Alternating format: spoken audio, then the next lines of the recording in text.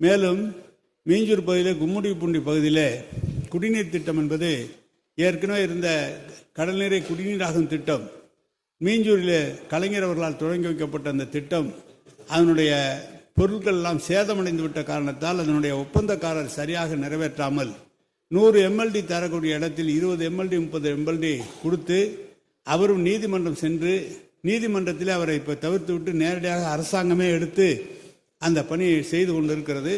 அது ட்ரையலில் இருக்கிறது. விரைவிலே அது பணி முடிகிற போது அந்த பகுதியில் மீண்டும் அந்த குடிநீர் வழங்குவதற்கு ஏற்பாடுகள் செய்யப்படும். அதற்கிடையில் தேர்வாய்க்கண்டியிலிருந்து 32 கிலோமீட்டருக்கு பைப் லைன் போட வேண்டும் என்று சொல்லி அப்படி வருகிற போது கும்முடிப்பூண்டி அதை சுற்றி இருக்கிற பகுதியில் மீஞ்சூர் பகுதியில் அந்த குடிநீரை கொண்டு வருவதற்காக ஒரு திட்டம் தயாரிக்கப்பட்டது.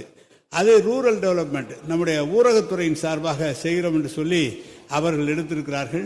எனவே தான் நேரடியாக தேர்வாய்க்கண்டிலிருந்து தண்ணீர் கொண்டு வருகிற பணி அனைத்துமே ஊரக பகுதியாக இருக்கிற காரணத்தால் அவர்கள் அந்த துறையிலே அதை செய்வதற்காக எத்தனித்திருக்கிறார்கள். இடையில இப்போது புதிதாக பார்த்தீங்கன்னா இப்போ நமது ஏரியினுடைய கொள்ளளவு நம்முடைய கிட்டத்தட்ட 240 எம்எல்டி கொடுத்த தண்ணீரை இன்றைக்கு 540 எம்எல்டி எடுக்கிற அளவுக்கு உயர்த்தி நம்முடைய புதிய பைப்லைன்லாம் போட்டிருக்கிறார்கள்.